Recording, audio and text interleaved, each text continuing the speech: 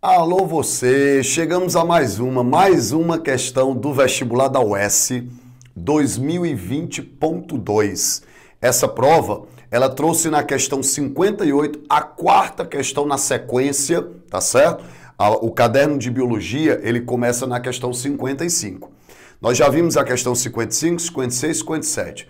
Questão 58 não poderia faltar na prova da UES uma questão que envolvesse a atual pandemia que nós vivenciamos, que é exatamente a pandemia do coronavírus, a Covid-19, nome dado à doença. Vamos entender o comando dessa questão e depois vamos debater um pouquinho a respeito dos itens. Vamos lá? Olha só, questão 58 diz assim: atente para o que se diz a seguir sobre a doença Covid-19 e assinale V para o que for verdadeiro e F para o que for falso. Bom, a UES adora esse tipo de questão. Adora. Questões em que ela coloca várias alternativas e pede para que você, analisando as assertivas, coloque V para o verdadeiro e F para o falso, depois marque uma alternativa com a sequência dos itens. Bom, antes de nós discutirmos sobre a questão, vamos falar alguns detalhes interessantes aqui para vocês. Quando a gente fala sobre a Covid, o que é importante você saber sobre a Covid, né? A Covid é uma doença respiratória, tá? E que tem como agente etiológico um vírus. Então, trata-se de uma virose. É uma virose que tem como agente etiológico os coronavírus. Coronavírus pertence à família Coronaviridae, tá? E os coronavírus, eles representam um grupo de vírus que tem como genoma um RNA de fita simples de sentido positivo. Ah, Lázaro, o que seria isso? Você, quando estuda vírus, primeira coisa importante, você sabe que todo e qualquer vírus, ele é um parasita intracelular, obrigatório. Ah, professor, o que é que significa dizer que ele é um parasita intracelular obrigatório? Vamos observar o seguinte: a estrutura de todo e qualquer vírus, o que é que ele sempre vai ter? Todo vírus tem essa estruturazinha que está aqui interna, ó, tá? Isso aqui, que é o chamado capsídio. Lázaro, eu posso dizer que o capsídio é uma membrana? Não, você pode dizer que o capsídio é um envoltório, certo? Lembrando que todo e qualquer capsídio é de natureza proteica. Então, a composição dos capsídeos, natureza sempre o que, gente? Proteica, tá? É isso aqui, ó. Isso aqui é o capsídio. O que é que você encontra dentro do capsídio? Dentro do capsídio, nós vamos ter o material genético. Então, aqui você vai ter, ó, o chamado material genético, certo? Do vírus. Esse material genético é extremamente variável. Há vírus que tem como material genético DNA, há vírus que tem material genético como RNA. E detalhe, vírus que tem como material genético RNA pode ser um RNA de fita dupla, pode ser um RNA de fita simples de sentido negativo, um RNA de fita simples de sentido positivo, ou pode ser um retrovírus. Então não fique pensando que todo vírus de RNA é um retrovírus. Não, porque para ser um retrovírus, o vírus de RNA, o RNA dele tem que ter capacidade de gerar DNA. Para isso, esses vírus teriam que ter uma enzima chamada transcriptase reversa. O HIV é classificado como retrovírus. Coronavírus não. Coronavírus não é da família Retroviridae, tá? Então ele na verdade é o quê? Um vírus de RNA de fita simples positiva. Dizer que é de fita simples positiva, isso aqui, ó, no interior da célula, no interior de uma célula, funciona, ó, já é lido, funciona como um RNA mensageiro. Ou seja, ele já sofre imediata o que, gente? Tradução, tá? RNA de fita simples positiva é uma característica do material genético. É um material genético de RNA de fita simples que já funciona, por exemplo, como RNA mensageiro.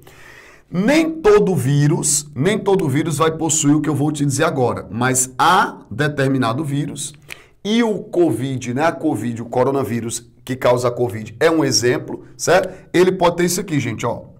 O envelope. O envelope. Este envelope, quando presente nos vírus, certo? Ele é de natureza lipídica. Então, o envelope, ele é lipídico. Perfeito isso? Tranquilo? Ele é de natureza lipídica. Então, assim, o coronavírus é um vírus envelopado de genoma de RNA de fita simples de sentido positivo. Aliás, por ele ser um vírus envelopado e por ter um envelope de natureza lipídica, você vê a importância que o sabão, porque tem características anfipáticas, tem parte polar e apolar, contribui para a sua atividade preventiva, né? Porque ele atua exatamente nesse envelope. E por que é importante essa questão do envelope? Porque no envelope do vírus, você vai encontrar isso aqui, gente, ó. As glicoproteínas. As glicoproteínas. Então, gente, vírus é uma entidade biológica constituída de material genético, então ele tem informação hereditária, mas apesar dele ter informação hereditária, o que é que ele não consegue? Ter metabolismo próprio. Porque ele não tem maquinaria celular. Ele não tem ribossomos, ele não tem mitocôndrias, ele não tem as organelas. Então o vírus tem seu material genético, mas ele não consegue dar expressão ao seu material genético. Então ele não tem metabolismo próprio. Por isso que ele é um parasita intracelular obrigatório. Todo vírus precisa invadir uma célula para que a célula pegue o seu material genético e dê expressão ao mesmo. Daí ele poder se replicar no interior da célula. Mas um vírus não sai por aí invadindo qualquer célula. Para que ele possa invadir uma célula e parasitá-la, um dos fenômenos mais importantes e necessários é que a célula ela tem que ter um certo tropismo para o vírus. O que é isso? A célula tem que ter na sua composição de membrana a existência de quê, pessoal? A existência de receptor para o vírus. Esse fenômeno aqui a gente chama de adsorção. Todo vírus ele tem que se adsorver à célula. E qual é a estrutura que corrobora para essa adsorção? Ou o seu capsídeo, se ele não for envelopado, ou se ele for envelopado, as glicoproteínas presentes no seu envelope, que aí pode se adsorver a um receptor presente na membrana da célula. Daí porque não é toda célula que pode ser invadida por um vírus. Esse fenômeno de adsorção é o passo inicial para o ciclo infeccioso de um vírus. Neste caso, diria para vocês que a família coronavírus presente, tá certo? Envelopado, ele tem no envelope as glicoproteínas que se adsorvem às células do trato respiratório. Por isso que é um vírus que vai infectar principalmente as vias respiratórias, mas não apenas. Qualquer célula do corpo que tenha receptor para ele invade. Mas nós sabemos que a principal forma de transmissão é a via respiratória. Isso explica por que os coronavírus encontram-se dentro do grupo de vírus que causam doenças respiratórias, entre elas podendo acometer de forma aguda. Vivenciamos, né, a síndrome respiratória aguda, a SARS, depois houve a síndrome respiratória do Oriente Médio e agora estamos vivenciando uma nova pandemia, que é a pandemia de quê? Da Covid-19, por conta desse nova cepa de vírus que teve o jump, né, de um outro grupo de animais para poder infectar células humanas. Então, essa é a característica. O vírus, quando ele entra, quando ele invade a célula passa a replicar os seus aspectos. Beleza? Compreendido isso? Pois vamos lá. Vamos para a questão? Vamos para a questão da UES? Bora? Questão 58, primeiro parênteses da questão 58. Olha aí. É considerada uma pandemia. Quem? A Covid-19. É considerada uma pandemia, pois o vírus SARS-CoV-2, que infecta seres humanos, causando uma doença infecciosa, consegue se disseminar de forma fácil e sustentável entre um grande número de pessoas de todos os continentes do planeta. Perfeito, né, gente? Perfeito. Ah, qual é a dúvida que você teria, né, de que nós estamos vivenciando uma pandemia? É o que é mais noticiado. Lázaro, qual a diferença de uma epidemia para uma pandemia? Um quadro epidemiológico, ele acomete um grande número de pessoas em uma dada região ou país.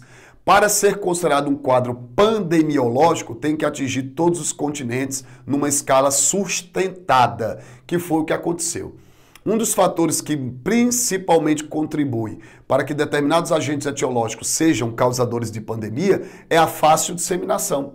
Como a transmissão se dá pelo contato direto pelas vias respiratórias, que é um comportamento natural devido ao contato entre as pessoas, é mais fácil, neste caso, um quadro de pandemia, que foi o que aconteceu, né, que é o que estamos vivenciando. Então, o primeiro parênteses da questão da UES, verdadeiríssimo. Só em você saber que esse primeiro parênteses é verdadeiro, tu já eliminaria 2 itens, tá?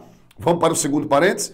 Segundo parênteses diz o seguinte: os sintomas mais comuns da Covid-19, que afeta diferentes pessoas de diferentes maneiras, são febre, cansaço, tosse seca.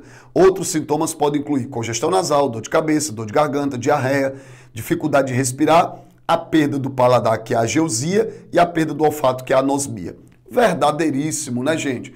Verdadeiríssimo. Aliás, isso é o que a gente mais escuta, né? A questão das pessoas é uma síndrome respiratória, né? Então vai dificultar, vai gerar cansaço, dor de cabeça também, febre, porque é uma infecção, né, viral, vai gerar febre, né, aumento do número de glóbulos brancos, demonstrando a tentativa de defesa do corpo. Então não havia dúvida, já aí você já tem verdadeiro o primeiro parênteses, já tem verdadeiro o segundo parênteses. Terceiro parênteses diz assim: as principais medidas de proteção contra a Covid seriam lavar as mãos frequentemente com água e sabão ou higienizá-las com álcool em gel, cobrir a boca quando tossir ou espirrar, manter-se a pelo menos 1 metro de distância e usar máscara. Olha, eu diria para vocês que essa questão foi muito mais para tentar manter o grau de orientação e alerta da população, porque a UES ela foi aplicada com mais de 11 mil estudantes, fora a quantidade de materiais que vão replicar uma questão dessa. Para quê? Para colocar a população e chamar para a responsabilidade, né, das medidas protetivas, dos cuidados com essa doença. Verdadeiríssimo esse item. Então, verdadeiro, verdadeiro, verdadeiro. E o último item, que é o quarto, diz assim: o vírus SARS-CoV-2, causador da Covid, por apresentar metabolismo próprio, gente, já está falso.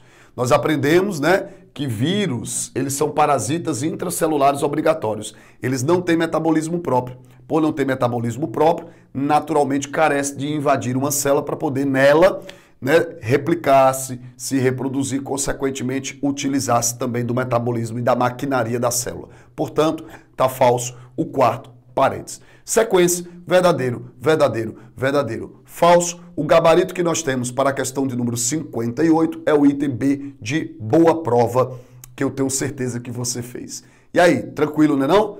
Pois vamos para as próximas questões.